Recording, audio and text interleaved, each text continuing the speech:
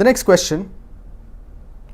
I am Kandar from Bangladesh. I want to know that Allah has already mentioned in the Quran that He will never forgive committing shirk.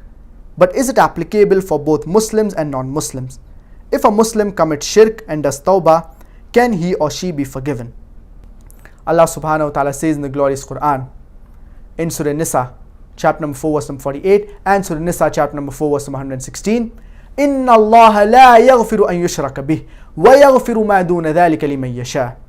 That Allah subhanahu wa ta'ala, He will not forgive the sin of shirk, but He may forgive any other sin if He pleases. So shirk is the biggest sin in Islam. If anyone dies in the state of shirk, Allah subhanahu wa ta'ala, He will not forgive this person.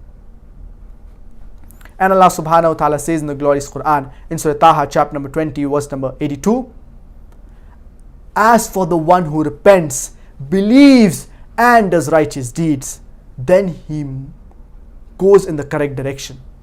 If you ask true repentance from Allah subhanahu wa ta'ala, He will forgive you.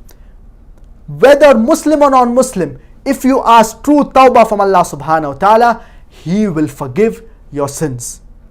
Even if you have committed shirk, before you die, if you truly ask repentance from Allah subhanahu wa ta'ala, He will forgive you. Allah subhanahu wa ta'ala, He is the oft forgiving, He is the most merciful.